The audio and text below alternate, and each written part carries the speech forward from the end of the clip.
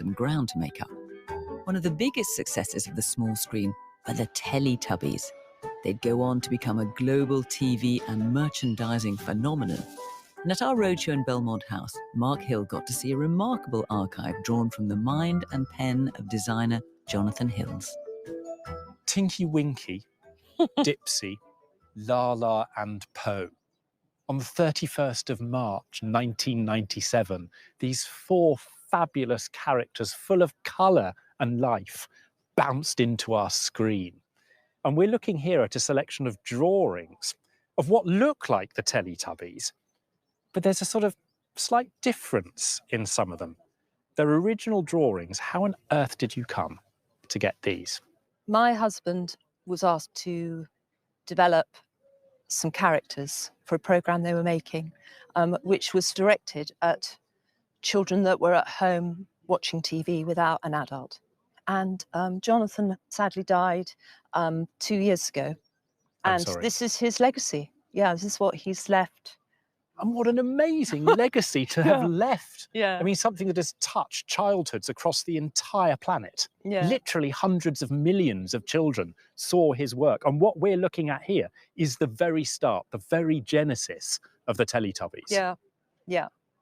Jonathan was asked to visualise these creatures, and they started off almost mouse-like. And as a group, they developed into that. So that's definitely Teletubbies. Were these the Telemice or the... Teleteddies. Teleteddies. As they were then. Aha. Yeah. So that's what it was called beforehand. It was. That was the first name they came up with. Because I think the Teletubbies were originally devised as well as a sort of antidote to the sort of all-action action figure sequences and sort of almost, dare I say, violence of the Power Rangers. They were meant to be much more gentle and peaceful. Caring and peaceful. Was he like that as a person as well? He was, yeah. Yeah, he was completely like that.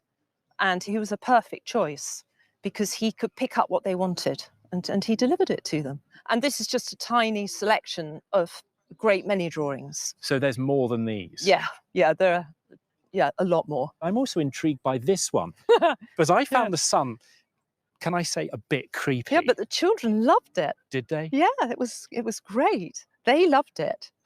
Because I suppose they saw themselves in it. They saw themselves in the sun. But his original idea was something quite different. Well, it was just one of the sketches that came up. It's amazing. Imagine seeing your child, the sun.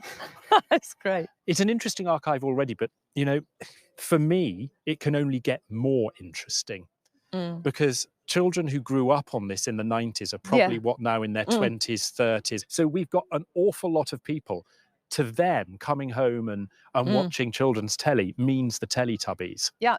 I think as they get in their 20s, 30s, 40s, nostalgia really grips you at some point. And you want to have what made you feel warm and happy and cozy as a child. And I think when that age group matures, I think they're going to want to buy things like this. I think they're going to want to own these and display them.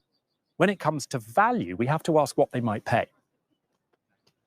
What would you pay for a Teletubby original drawing? £500?